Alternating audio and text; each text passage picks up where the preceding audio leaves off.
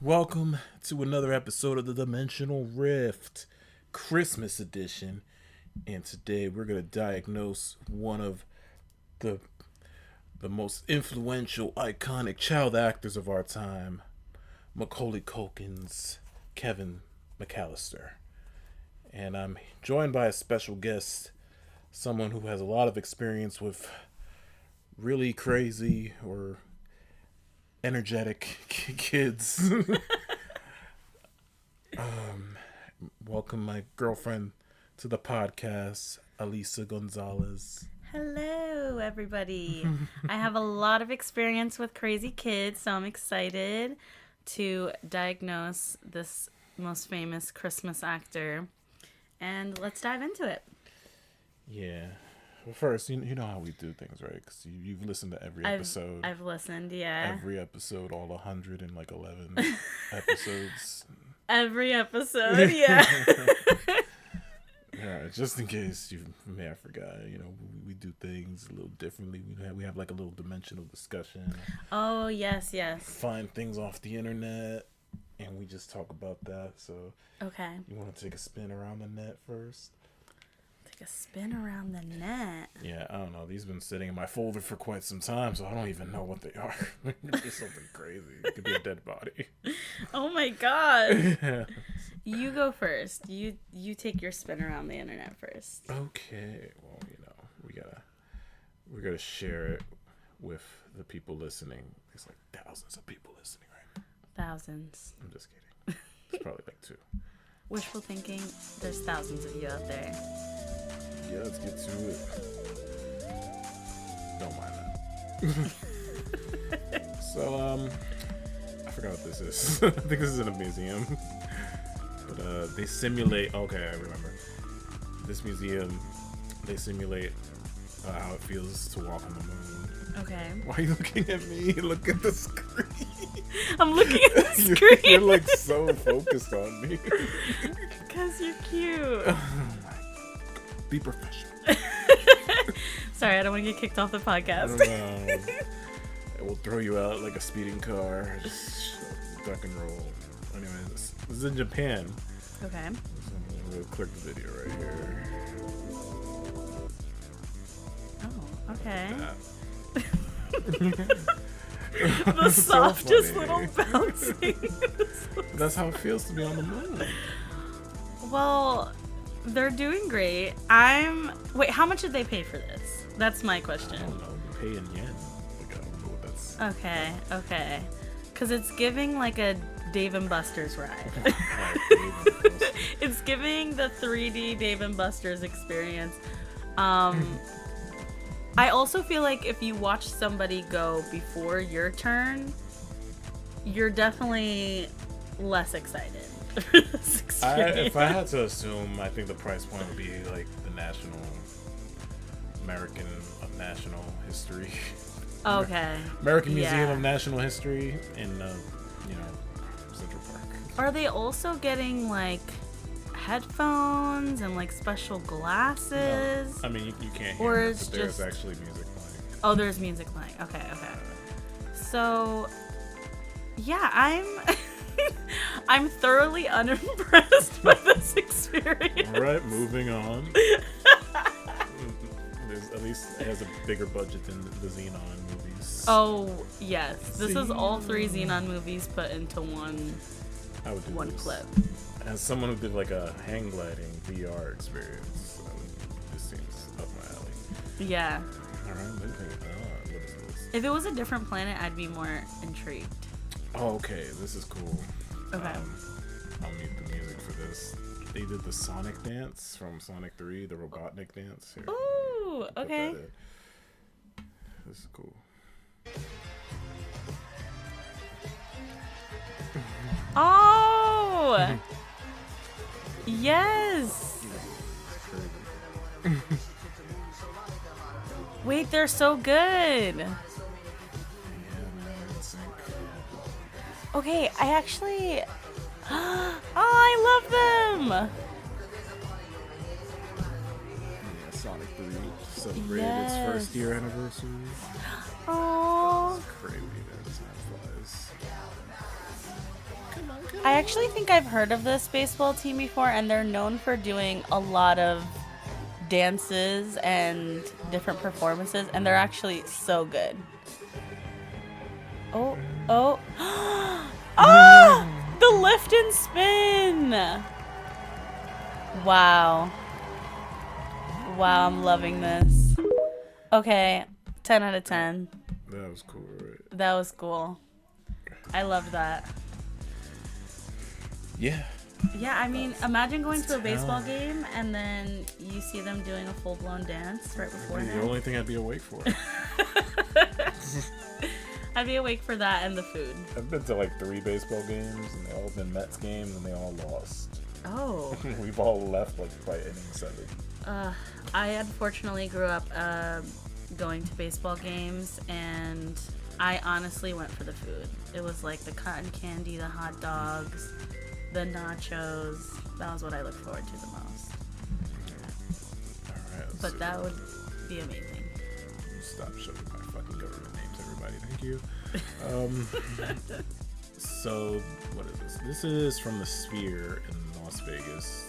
Okay. Who was performing? Zach Brown. I think he's a country act. He was performing there. Look at the visuals that he had on the Sphere. And this is, we're talking, I don't know. The Sphere is like 10 stories tall. So you're seeing all this. You're being enveloped by all this. I've been there. It's kind of scary. I'm screaming. That is crazy. And everybody's like, oh, it's giving satanic vibe. I'm like, country song. I mean, you're getting a show. This is crazy. That's disturbing. It is disturbing, but it's also like, I mean, is this the vibe of his album? I don't think so. Know. Listen, I don't know much about this man. If I saw like a 70-story skeleton guy, I'd be freaked out. I think the people who went there and were drinking and smoking and kind of like trying to enjoy themselves, and then that showed up, I would understand being freaked out. Yeah, for those who watched the Game Awards a few weeks back, there was this out of nowhere they showed this game trailer for this new game called Divinity, and it had like similar vibes. It was a really realistic, gruesome, and detailed. He was a man getting burned to death, and you see his skin falling off. Oh. Burns so good. It's again the same vibe. Yeah.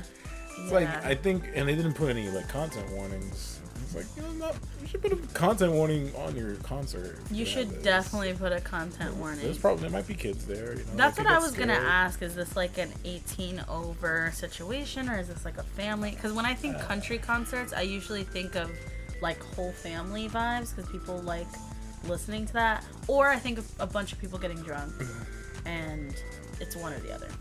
Yeah. But yeah, I would definitely be disturbed if I wasn't expecting that. If that was the vibe of like a metal concert, I'd be a lot more like, okay, that makes sense. But this doesn't seem like it makes sense for the music. The only metal I see is the fans with the braces. That's all I see. Moving on. There's the Godzilla popcorn bucket. Oh god. The popcorn buckets are getting crazier and crazier. I am worried about how much popcorn is gonna fall out. But I love it. You shouldn't be worried about what's falling out. You should be worried about what's falling in. You get a few squirts of butter on that thing, and you can get a lot of use out of it. Oh, true. That's what the Godzilla would have wanted for his 70th birthday. Oh, of course. 100%. 70 years. That's crazy. Yeah, he looks like an OnlyFans girl. He has that cross-eyed look that they always do. Oh, God. Right on my tongue. It's like, squirt the popcorn in there, squirt the butter, extra butter. That's a great stocking stuffer. What is this? Oh, okay. Someone made a mod for Ninja Gaiden 4, and they put the Ninja Turtles in there. And it's like super insane. Oh. Okay. So this is a different game. They just put the Ninja Turtles Uh-huh. in this game, and it's actually like looks really cool. Ooh. This is fun. I mean, I know this is not your vibe, but I just want to share. We should have a Ninja Turtles game like this. For like, sure. It's so like crazy. You know, they want to keep it for kids. No, this is fun. This is realistically what they would be doing if they were real group. Have you seen the Ninja Turtles movies? Any of them? I have seen the very old ones, like the 90s, early 2000s. Do you have the style before them, or just like where they are? I have semi nostalgia for them. I mostly like the older ones, but I haven't seen the newer ones, so I might like them too. I'm open. You'll like the new one. It's animated. It's cute. Okay. Do they eat pizza still? Yes. Okay, because that's the best This is a Christmas card that's flame activated. As you can see, it's just like. Oh, that's actually so cool. Yeah. Oh, I love that. Of course, you gotta get the dumbass that actually like lights it on fire. Oh, for sure. That'd be me. Oh, that's cute. Last but not least, I saw this today. This Japanese student has invented anti-cheating smart bra, which only unlocks with boyfriend's fingerprint. Oh my god. That is so So extreme. she goes to a doctor's appointment, and it's for a mammogram. You have to get She's the out of luck. boyfriend's permission to open the bra. Sorry, my boyfriend. I can't I can't wash my body because my boyfriend's not here. That is wild. Oh no. I gotta show you this. Yeah, yeah. Given Tron. That's insane. Okay. And then we went to the movies yesterday. We did. And what did we see? The third Avatar movie, Fire and Ash. Fire and ashy legs and feet. There was a lot of feet close-ups. There was a lot of feet scenes, so foot fetish people definitely go see it in IMAX. It was really interesting. I will say, I'm gonna admit it now to everybody in the world, that I did not see fully Avatar 1 and 2 before going in to see Avatar 3. But I did do research, and I watched some YouTube recaps, and I still was confused when I went into this one. But it was really good. Like, as a little bit of a confused person, you looking up the feet is so Someone on TikTok was like, "This feet." Oh my god, they made a video about it. Oh my gosh, not the feet edit. Those feet, heart eyes and blue heart. No. Oh my gosh, there's some people who are just living for the feet. And they're huge. Yeah, there's a lot of Avatar weirdos.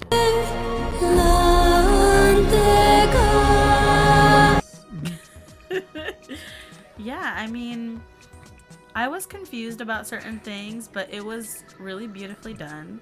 Definitely should see it if you've seen the first two. If you haven't seen the first two, watch some more recaps than I did. And yeah, I liked it. Yeah, I saw obviously I've seen the first two, and this one's a straight continuation of the second one. Like, it just starts. It's just like It felt right off the bat. Yeah. And I think I heard that they were made into one movie and they were split in half, so that's why it's like that. And that makes a lot of sense. But Avatar, man, like visually, you know, they're stunning, as you can see. Mm-hmm. They're like very big spectacles for the big screen, but I always felt the story was just kind of thin for these run times. Like, this movie was 3.5 hours long. Yeah. And it's like, my favorite part was the fire tribe of the Na'vi, aka the Hot Topic Na'vi. Mm-hmm. And I wanted to know more about them. Yeah. Because they were the most interesting part of the movie for me, but they don't get a lot of screen time. And again, this is 3.5 hours. There should be no excuse for that. We should know who they are. I mean, they're basically, their backstory is like, they turn their back on the god. What was it? A1 steak sauce? Awa. Awa, yeah. And they're basically like atheists, like, fuck Awa. We don't believe in that shit. Yeah, and but that's interesting. It's interesting because not only are they atheists, it's like they felt like Awa turned their back. Also, spoiler alert. Yeah, we're gonna talk spoilers. Go ahead. Yeah, spoilers. But it seems as though they lost their faith in Awa, and then the one girl, the leader, is almost like a witchy. She then takes this witchy turn to be like, I'm gonna become the leader and take charge of fire. And so that's how they become the fire tribe, I guess. But they also don't talk about any other fire avatar people.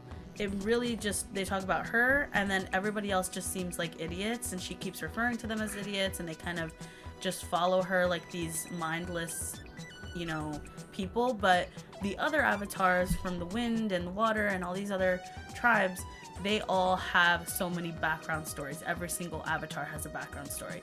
But with the fire tribe, I think they intentionally wanted it to be, this one, we lost our faith, we turned our back, we have our own religion now, and all these followers are just like cultish and idiots. Yeah. So it was interesting, but you wanted to see more from them. Yeah, man, like you could boil down these three movies to like Army Guy versus Jake Sully. Yeah. Like, they have a pissing contest. And at one point it looks like they're gonna like team up and like become friends, or at least like allies, and that doesn't go nowhere. Mm-hmm. They just like, I'll see you again in like an hour for our next fight scene. Yeah. And then there's like multiple times where they could like actually kill each other and they don't. It's just like so cliche. Mm-hmm. I tell her if these men just talk about their feelings, a lot of these conflicts would just resolve themselves when nobody wants to talk. They just want to fight each other. Yeah. Using their giant pterodactyls or water alien whales. Yeah. And it's like, I'm not speaking shade on these movies, but I feel like if you've seen one of these movies, you've seen them all. They're very similar. And the characters, they're not bad, but a lot of them aren't that memorable. Like his son, I feel like got the most screen time. And he was fine. Yeah. And he was trying to come into his own. Like he had an arc. He felt guilty for his brother's death. And Nateri, she had a good line where she was walking by these guys, and they're like, "Hey, sexy," and she's like, yeah, she just like screams at them and screeches at them. It's so funny. I do feel like they should have focused a little bit more on Nateri and her just in general, because she kind of was the strongest person in this movie, in my opinion. Yeah, man. She got hit by an arrow. She got hit by an arrow and then saved herself. Like, everybody else was getting saved. Like, the siblings were all saving each other, and Jake was going after the kids. And she literally had to drag herself with an arrow in her. And while she's grieving her son, and then fast forward to, like, this is kind of off topic, but later on in the movie, this pregnant lady ends up giving birth, and then she just looks at Nateri and she's like, watch over my daughter. And I'm like, is she just like the only mother in this universe? She got enough kids, man. She got so many a kids. human boy, a clone baby, 2 of her own kids, and now this other baby. Yeah. What about the father? The father's still alive. Oh yeah, the father, but they never mention him ever again. I think they're together. Maybe they're not together. I always saw them like standing next to each other. Well, they are together because she said something when there was a scene where it was like Jake and his wife. She was like, "Oh, never speak out or something in front of your husband or something like that." So I think she is with him. She said, "I'll never speak ill of you in front of like the others." Oh yeah. Okay, but they're not together. I don't know. They're probably not together. Anyway, it was an interesting movie for sure. I would see it if you're into it. If you're not into Avatar, then like obviously just don't go because it's the same thing. If you like 3D movies, 3D was great. Oh, the 3D was great. It was really immersive. We saw it in IMAX, so I think that makes a little bit of a difference, of course. Yes. And the high frame rate was cool. I didn't expect that. But then I would notice when Because high frame rate means 60 frames per second, so it looks like super realistic. Like, kind of like that's basically 4K. And then when it would drop to 30 frames per second, which is like a regular movie, it was very noticeable. It didn't happen often, but when it did, I was like, okay. Oh, yeah. I didn't notice that at all. It's a movie nerd. It's a thing you would know. I'm like, just do the whole thing in 60 frames. If not, just don't do it at all. Yeah. Don't do that. It's like the same thing. Like sometimes in an IMAX movie, they'll have like the ratios change. Like the screen will get smaller and bigger, smaller and bigger. I hate that. It's so weird. But watching an Avatar movie feels like binging a season of Netflix show. Oh, it kind of does. That's what it feels like. It feels like towards the end you're like season of a show. You're just stretching yourself out to the very end. Yeah, it's really long. I mean, I wasn't bored, but I feel like they could have trimmed some things down. The whales got a lot of fucking screen time. Like these tuna fish politics. Yeah. Just like, man, save it for the novelization. Yeah, I felt like the whales were a huge plot point that didn't seem like it needed to be that big. That shit was fleshed out, and then you got one of the children who has like a link to A1. Yeah, Awa. And then Awa was like leaving her on red. Yeah, she like completely was blocking her out. And then the human boy can breathe now, and that causes a whole other can of worms where it's like, well, if he can do it, then we're gonna get the humans to do it. They need to just go home and colonize Saturn or something, or Uranus. Yeah. Like, just leave these guys alone. You're spending so much money on this planet. I'm sure there's other planets you can colonize. For sure. They're definitely wasting their time and money.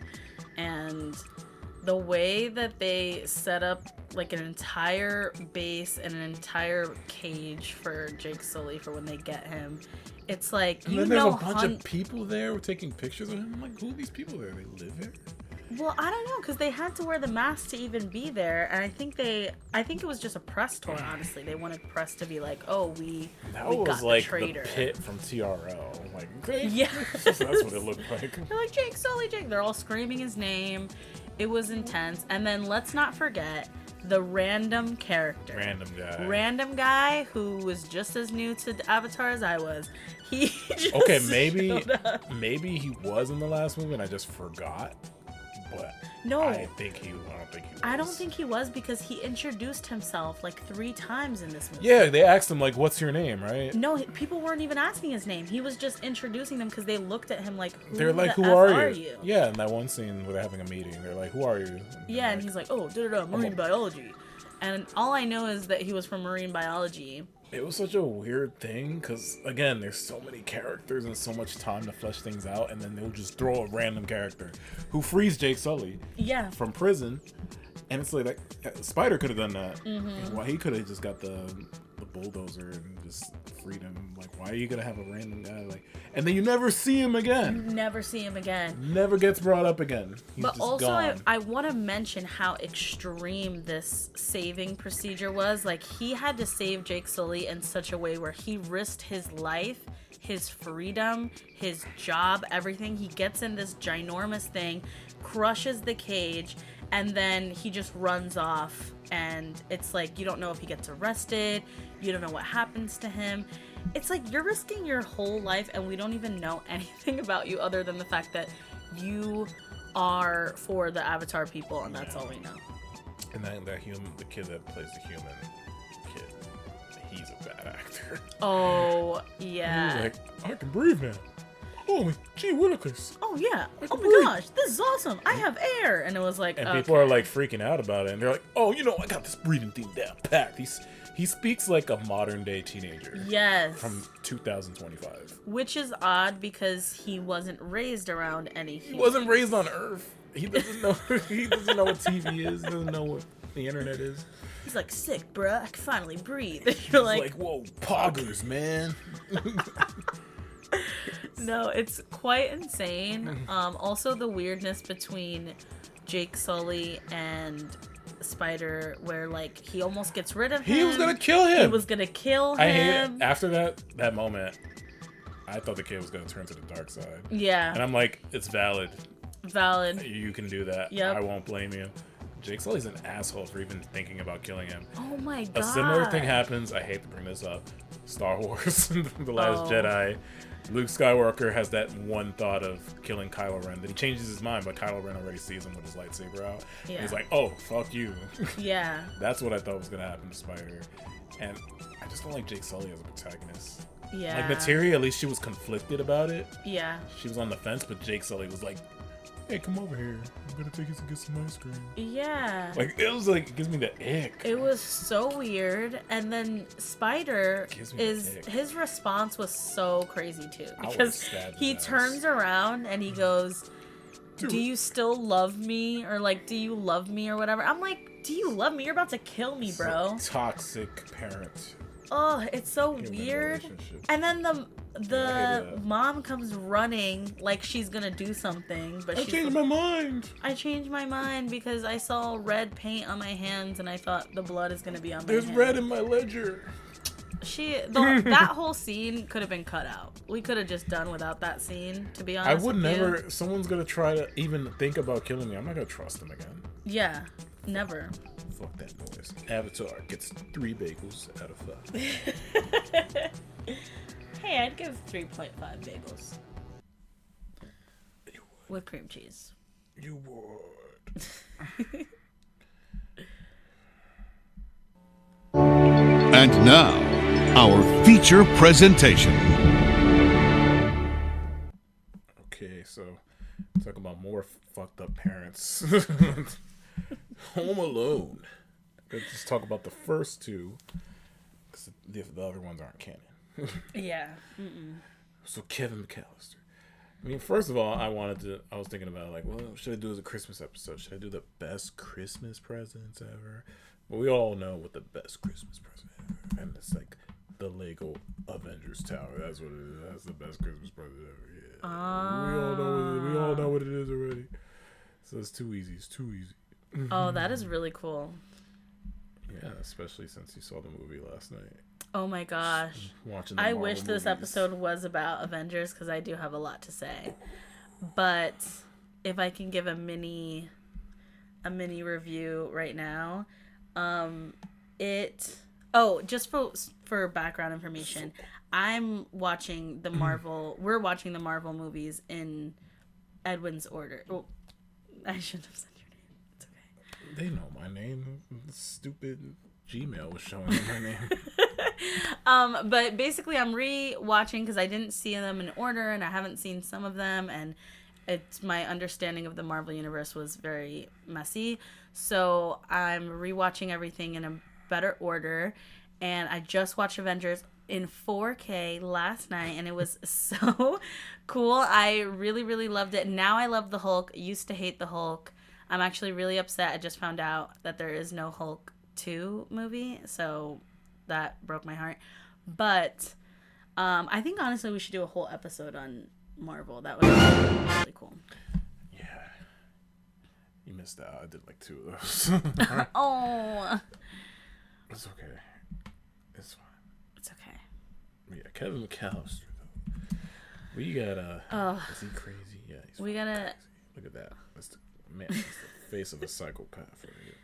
I feel like we should start with the fact that in the first movie, he's what, 8 or 10? He's 8 in the first one. In the first one, okay. Then 9 in the second one, even though he looks like a grown ass man in the second one.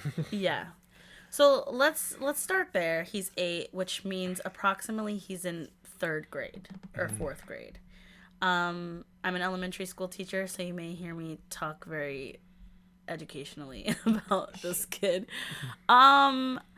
I fear that how he starts out it seems normal, and then we trickle into like the tricks and the schemes, and then you start to see a little bit more of that dark side.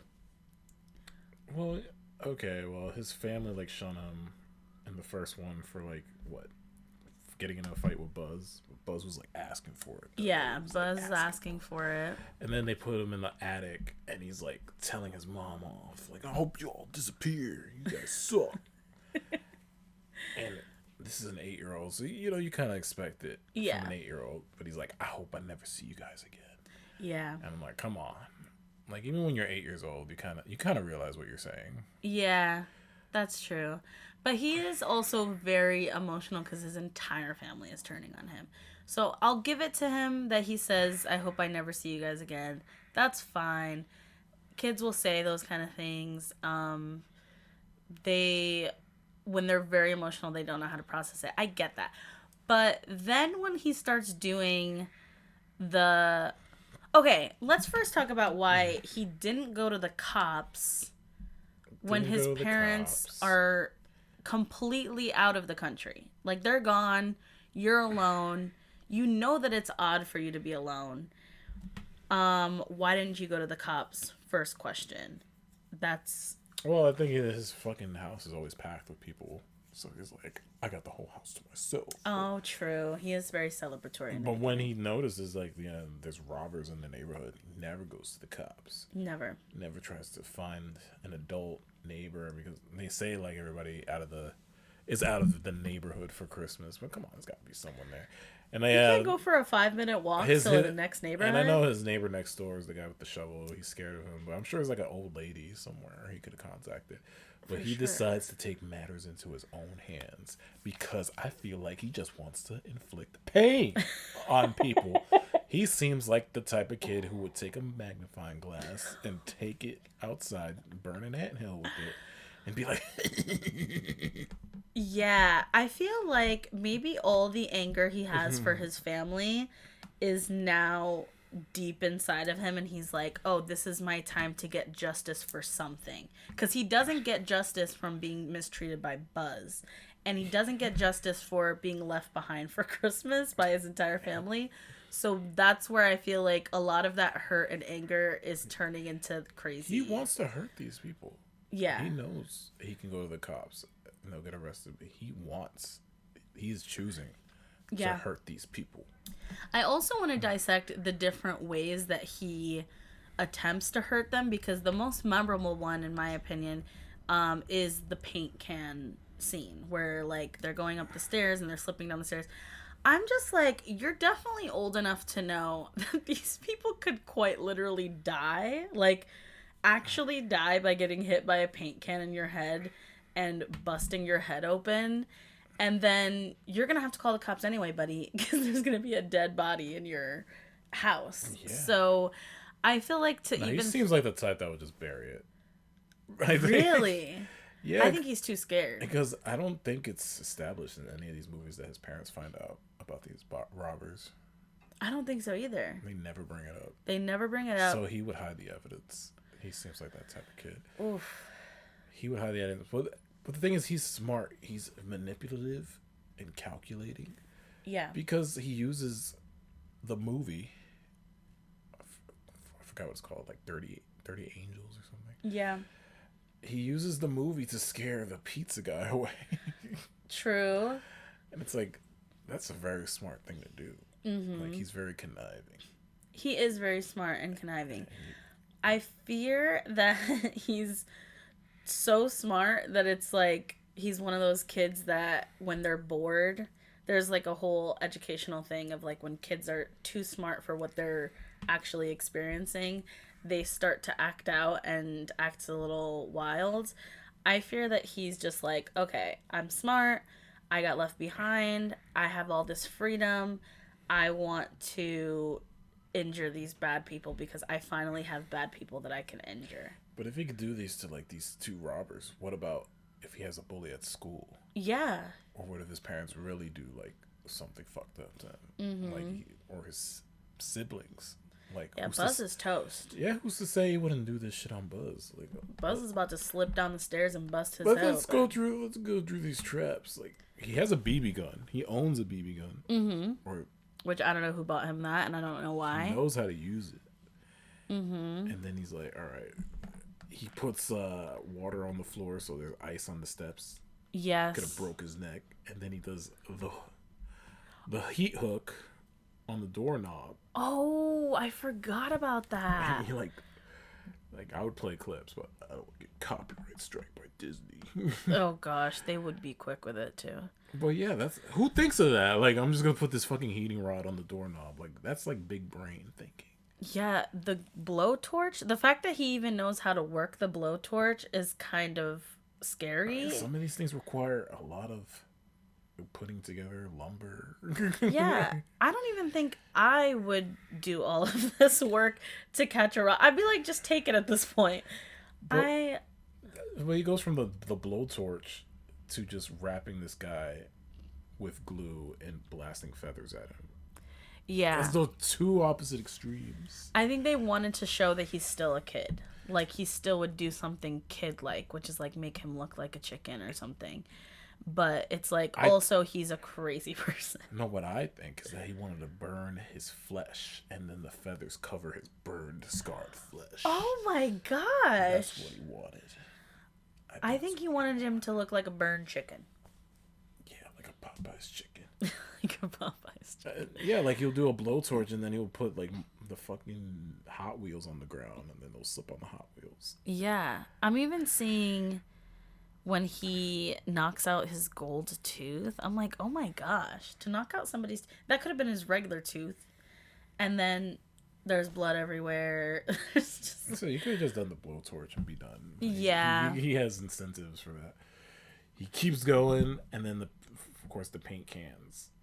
Throws the paint cans. Those things are heavy. How did he even, like, string them up? Yeah, like, I would like to know how he tied it up. Strength. And the tie, too. Like... Those things are so heavy, you have to know how to make really good knots. Is he in Boy Scouts or what's going on here? How does he know how to do that? Yeah. And then he has a wire that trips on. Mm-hmm. He gets hit. And then some of these things, yes, are... It's fair to announce that some of these things are just Marv and Harry, like, going at each other on accident because they're trying to get the kid. Yeah, but then he has, like, a little clubhouse. He has a little zip line, then he goes down, and he sees them climbing on the rope, and he has a scissors. Oh. Or whatever the fuck that thing is called. Yeah. He has shears. He's ready to cut the rope, and that's a 2-story fall. Yeah. Like, he's just ready to end these guys. I think if he murdered one of them, he definitely would feel remorse, but I don't know. I don't think he could get rid of the body by himself. I don't think he'd feel remorse. He's always like, yes, when he gets hit. Yeah. He's stoked when you get hurt. He does. But okay, is it also fair to mention that he probably kind of thinks this is like a game, like a video game? But like brain-wise, you're old enough to know when you're hurting somebody and when you're not hurting somebody. So maybe it's not. I also just can't imagine this kid being in 4th grade. Like end of 3rd, early 4th. He's a smart kid. I just can't imagine this kid being in my class. I'd be like, you know how to do all this stuff? Like, are you also reading books? Like, what's going on? He also there's that scene where he has all the standees and the mannequins pretending like it's a party. Oh, yeah. That's big brain thinking. Big brain engineer thinking. It's like, if you're smart enough to do that, you can manipulate people. In my canon, he goes on to be a manipulative asshole. Oh, for sure. I definitely think next steps for him is that he's constantly in trouble and then actually turns out to just be an asshole. Yeah, in his relationships. He doesn't have any stable relationships. What if he has a girlfriend that breaks up with him? Oh my gosh, he'd become like the stalker who's like pranking you, who'd leave you letters and stuff. He would slash people's tires. He's the type of person that would do something and make it look like an accident. Yes. Oh my gosh, it's actually, yeah, he's becoming more and more psychotic the more we go into this. Also, for Marv, he gets shot in the forehead by the BB gun. He sips on the ice in the basement. Oh, yeah. He gets hit in the face with an iron. He's stepping on Christmas ornaments made of glass, by the way, God. barefoot, screaming in even more pain. And he steps on a nail. Ooh. The nail on the stairs. Yeah. Just... I will say, in defense of these two robbers that are being attacked, They should give up at this point. They should Once I give get a up. nail stuck in my foot, I'm like, all right, I'm out. but when they go to jail and then they see him in New York in the next movie,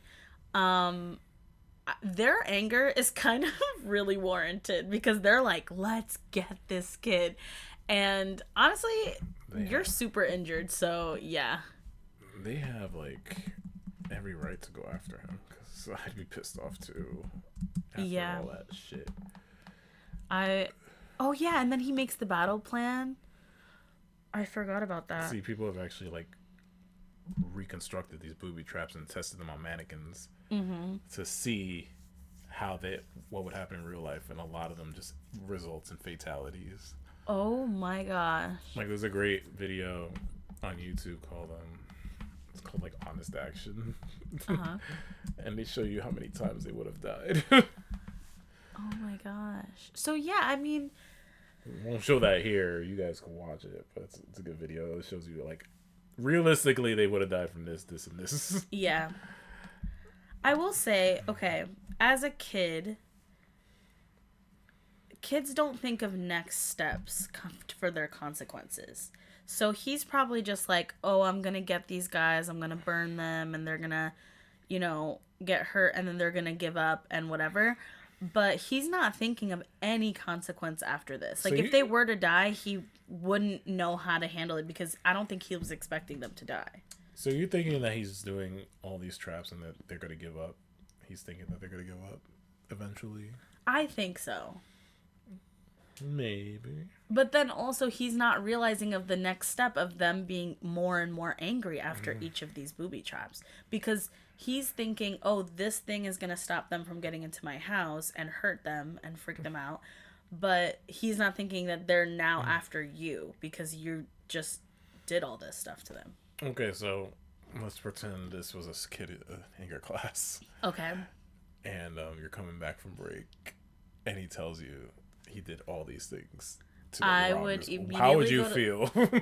First, I would feel very concerned and very worried for their mental health. And honestly, I would go straight to the counselor and I'd be like, you need to talk to this kid immediately and we need to get them outside therapy and I need to talk to their parents. This is crazy. Like, that's the realistic answer is like, you immediately start contacting professionals and start wondering when they can get into therapy. Because for you to think of all these things to hurt people it's very concerning of like your dark thoughts. Because at no point in childhood should you feel like you want to consistently injure people.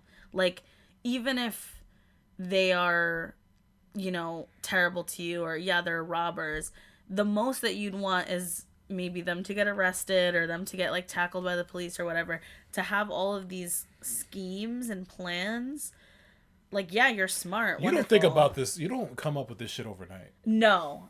He You must thought have about had, it. Even look at the battle plan. Go to the top right here, the battle plan. You look at this. He has a whole map going. Yeah. Like, me to ask my kids to make a map like this, This is kind of and cool, I teach 'cause fifth I've never grade. seen this up close. Oh, it's actually really cool. For eyes. background, my school does a very big hallway competition, and last year we did Home Alone 1 and 2 as our theme, and we Really? actually You've never did. told me. Well, the kids made their own battle plan for their apartments, Really? so they went and like drew out. But in reality, that activity took the kids like an hour and a half because kids don't have patience and to make all this and plan everything and to know your house that well. I mean, and all these, like, he puts where he's putting each thing, the feathers, the glue. But like, he's stoked about it. He's like, exclamation Red point. hot, yes. I don't know what he was thinking with the feathers. Like, was that gonna stop him? It's because he's a kid. He wants them to look like a chicken. Take him aside.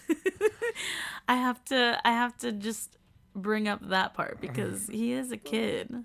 Christmas but if this ornaments. kid was in your class, would you feel safe? Oh, no, absolutely not. I'd be like, I piss him off, he's coming after me. I'm going to sit down on some nails on my seat. And honestly, yeah, that's why I'd be very quick to get them help. I wonder if his parents ever found this. And they're like, what the fuck was this? Well, he had to tell his parents. The whole basement was destroyed. And the cops came to arrest the guys. Yeah, but they were next door. They were at the neighbor's house. Yeah, but then how does he explain that mess to them? Oh, well, he fucks up the whole house. Remember, his brother's like, Kevin, what you doing in my room? Like, they just figured that he just went on a rampage. Honestly, let's think cost effective wise. I think all the things that he did to break the house and to mess up the house cost more than if they were to just come and rob you. That's a good point. Like, if they were to come in, they would have taken maybe a necklace or two, or like the mom's jewelry. Let's say like $5,000 to $10,000 worth of stuff.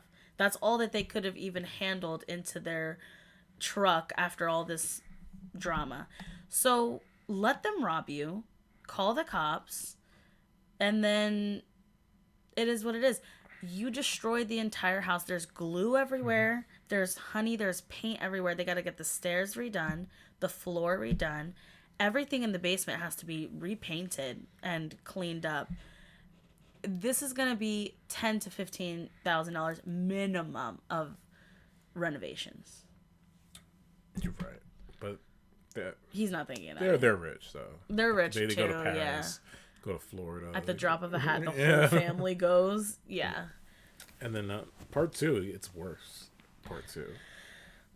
The pearls, all right. The pearls are fine. Whatever. Okay. But then they do a seesaw trap, which I think the seesaw's like on a barrel, and then they jump. Well, actually, I think they did that to themselves. Mm-hmm. He greased the rug. They put sap on the ladder. They fall. Then there's a bag of tools that hits him on the head. Then he gets burned by a blowtorch again. He loves blowtorches. I've never even put that together. He has a lot of access to blowtorches. Let's also mention this house in the second one that he goes to. Isn't it his uncle's house or something? Yeah, but it's under construction. It's like the whole floor is missing. It's like under renovation. So how is he finding exact perfect tools that he needs? Probably in the basement, because that's where all this stuff is. A blowtorch again, but this time he puts like gasoline in the toilet bowl and it blows him up. See, that's a death right there. No, kerosene. He puts kerosene in the toilet bowl. So he's done. He's scorched earth. Oh my gosh, crushed by a tool chest. Tool chest? How did he lift the tool chest? By himself? I don't know. That big ass pipe. Remember the big pipe? Yes. How the fuck did he get that to the second floor? I have no idea. He has crazy strength, man. But he has psychopath strength. But then I do need to say that they always try to make him look like this empathetic child in the movie towards the end. No, the second one, he looks crazy in the second one. He looks deranged. He's still playing a little kid, but he's actually 12 in real life, and you can tell. Like he just looks like one of those kids you see on the Jenny Jones show that needs boot camp.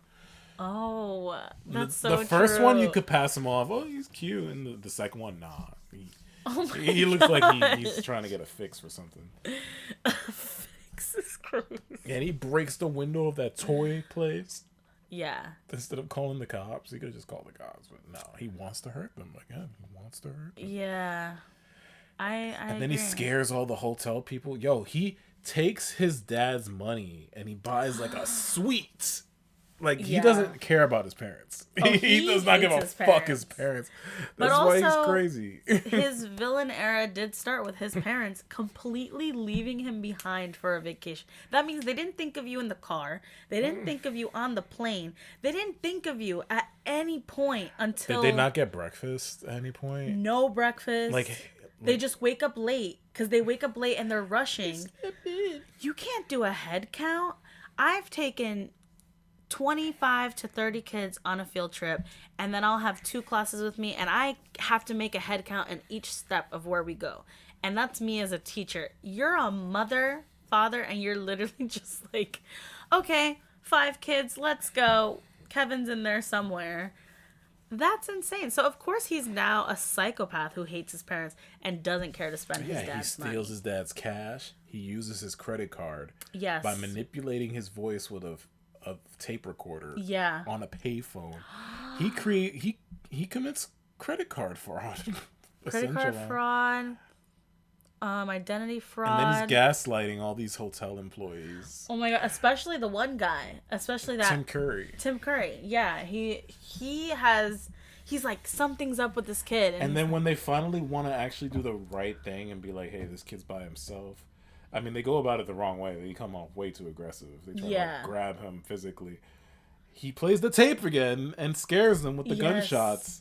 Yes. They're like trying to be good Samaritans. Mm-hmm. And he scares the shit out of them. But in reality, though, the hotel should not have taken it into their own hands. They should have just called the police and been like, hey, can you just check? Because, like, they would send the police first, and the police would go do a wellness check on the door. And at a random time, they'd go and they'd knock. Child services be like, yo, where's your dad? Yeah. Where is he? Like, if an adult doesn't come to the door in the next 10 minutes, like, we're going to take you in or something. Like, Tim Curry was a freak. Yeah, Tim Curry was a freak. And the faces he was making very Grinch-like faces. Yeah, it was that transition. Yeah. Credit card is stolen. I'm gonna fuck this kid up. Yeah, I'm gonna ruin his life. I'm gonna like grab him. Like, never put hands on a kid ever. But I mean, the bill at the end of the movie came out to like $1,000. Oh yeah, it was it was like, I think it was like $10,000 or something. I remember it being like $999 something. Let's look it up. Yeah, find out, because the way that the dad's like, Kevin, and it's like, you spent my money. He bought a limo.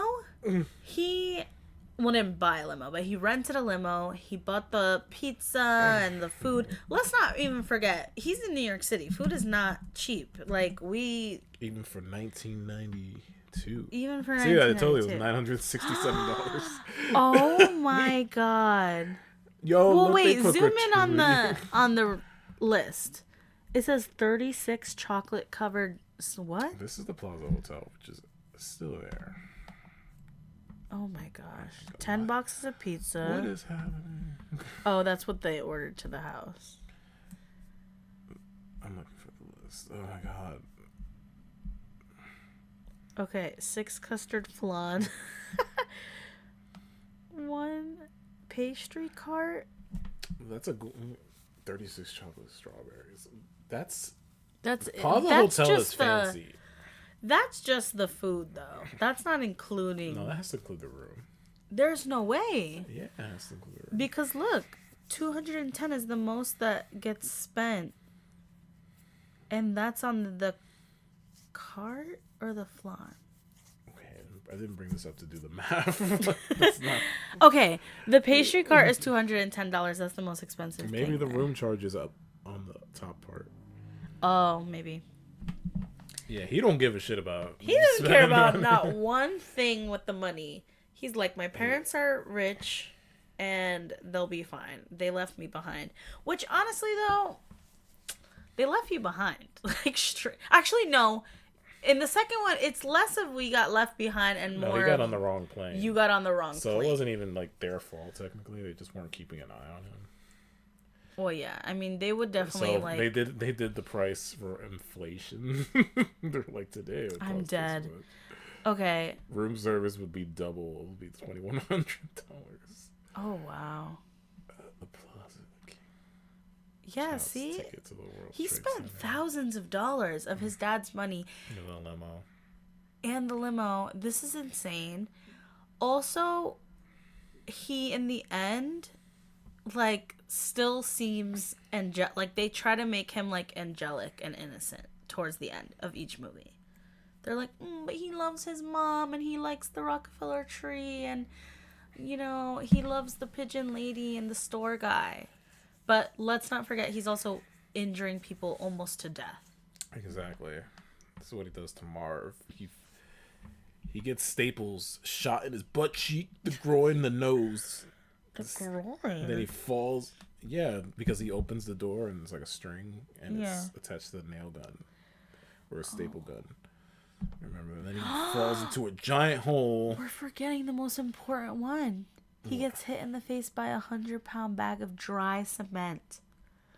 100-pound bag. They don't even put the bricks in here. Fucking Marv gets hit by 4 bricks.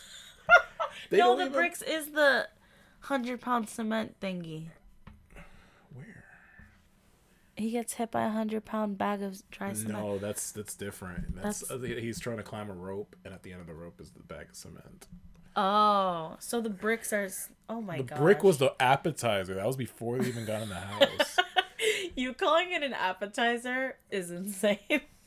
Yeah, and then they're climbing down a rope. They get lit on fire again, and then they get attacked by pigeons, which is gross. Yeah, this guy's a psychopath. If he's capable at this at 9, imagine 19. Oh, that first girl to break up with him, he's calling her using the fake voice. He's stalking her and like setting booby traps in her car. Like he's definitely like, you know, the crazy ex-boyfriend who comes and slashes your tires. Like that's him. Exactly. He's probably like stalking you and probably knows what your schedule is and where you work. Yeah. No, he's definitely manipulative, smart, conniving. And just because Christmas is not gonna learn his lesson, canonically, it's probably happened every year. Oh my god. Every year the parents are just like, or maybe vacation away from Kevin. Or maybe he turns into a bounty hunter. I don't know. Honestly, he would be a really great maybe private investigator, somebody who has to do like deep diving and like deep plans. But I just don't understand how these people are not writhing in pain on the floor, because I'm just imagining even one of these things happening to me, I'm out for the count. I'm gone. I'm like a cement hits my head. I'm done. I think he gets left home alone like 3 more times, and he finally emancipates himself. Oh my gosh. And he ends up in a foster home. And then he takes it out on his parents. Well, let's not forget, though, if one kid ends up, like, you know, if Child Services finds out about any of this, then all the kids end up having to be sent to other families. Like, the whole family's getting broken up. But then again, I don't know, because these people seem rich enough to have good lawyers. Yeah. So they would get away with a lot of this stuff. But I still think you have to have deep, dark thoughts about hurting people to have to suddenly shift into this, I'm gonna basically kill these 2 people. I mean, I know, and they want you to make it think that it's like, oh, he's a kid, he's just playing around. That does make sense, but the deep, dark part of like, I'm gonna light somebody on fire, that doesn't come to you at any age of normal brain chemistry. Yeah. I'm telling you, man. To want to burn somebody, like, that actually is insane. Probably like squirrels on fires for fun. Oof. And those are the ones who become serial killers. The ones who are cool with that. He seems like he'd be like a Robin Hood kind of. I don't think a dead body would bother this kid at all. I don't think so. You think? I don't think he would give a shit. He would probably just say a one-liner. You think he's fully demented? Yeah. I think. Did you see The Good Son? The Good Son is basically what happens after Home Alone. Oh no. You never saw The Good Son? No. Oh, he plays like an evil child. Oh. Yeah. Well, I gotta see it. Yeah, I don't know. I think he's highly disturbed. What was your diagnosis? Diagnosis? Like if he went to therapy, what I think he'd be diagnosed by? Severe. I'd say so. He'd have to be in some sort of psychosis to do so much harm in such a short amount of time. But definitely a psychopath. Like he'd have to have some sort of psychopathic tendencies to not have emotion when harming other people. So I would say there's some sort of psychopath, psychosis, maybe a little bit of, I would say sociopath, but he acts a little bit wild, so I would say leaning more towards Psychopath. Yeah, has no problem lying to people. He's good at it. Even at the drugstore, they were like, "Where's your kid? Where's your family? Oh, they're not here. You know, My dad's in the car or something. I'm Like, old enough to buy a toothbrush." yeah, and then he steals the toothbrush because they're after him.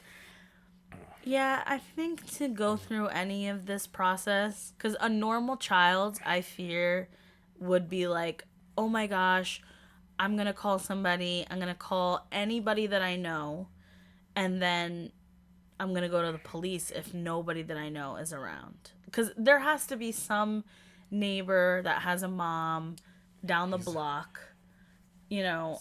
He's like one of those guys in the red states that have a carrying license and they provoke people on purpose just to shoot people. Yeah, that would be him. But yeah, I mean, I think an actual 8-year-old that I've experienced in real life, like my students are around 10, so around the age of the second movie, and they know when something seems off, and they know when to get help.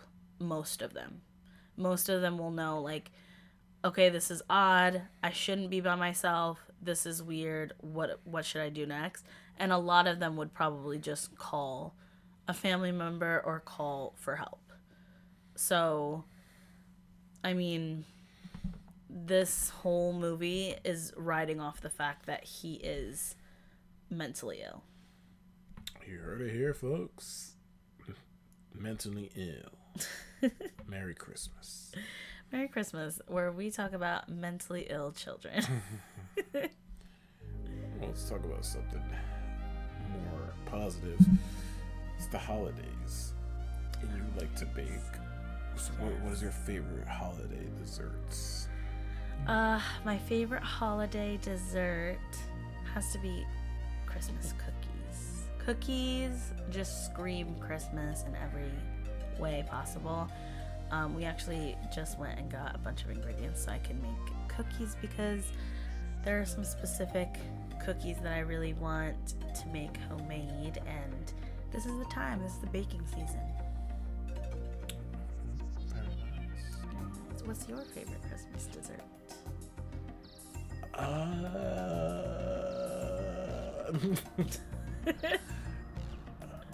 like those cookies that have the chocolate on top. They have the jelly in the middle. Oh, are you talking about Italian rainbow cookies? I think so. It's like 3 different colors? They have sprinkles. Maybe we're thinking of 2 different. Let me see if I can find a picture. Because I'm thinking, But those are not really holiday things. You can get those anytime. I wonder if you're talking about thumbprint cookies, which are like a little cookie with... That's a thumbprint cookie. It's a little cookie with like a little pool of jelly. These are a bad example because I think you eat these any time of the year. Well, yeah. I think most Christmas cookies can also be in around the year, except for if it's like a gingerbread. Usually people aren't gingerbread mode. That pumpkin spice milkshake from Haagen-Dazs is good. Oh, that was quite good. Oh, yeah. That was good. Do you think that pumpkin spice season is over? It's been over. That's what I think too, but there's a coffee shop near me that is still serving pumpkin spice lattes, and I find that very confusing. They're delusional. They're still in fall. You refuse to even accept fall as a season. You call it post-summer season. Yeah, because like, what is it? What's so special about it? Things get darker and colder and meaner, and it's like election season, so there's old people on TV all the time.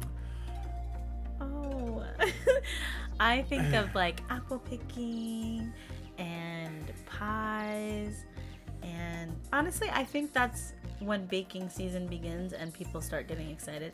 So you start making like pumpkin muffins, pumpkin pie, a lot of pumpkin things. But Banana pumpkin spice.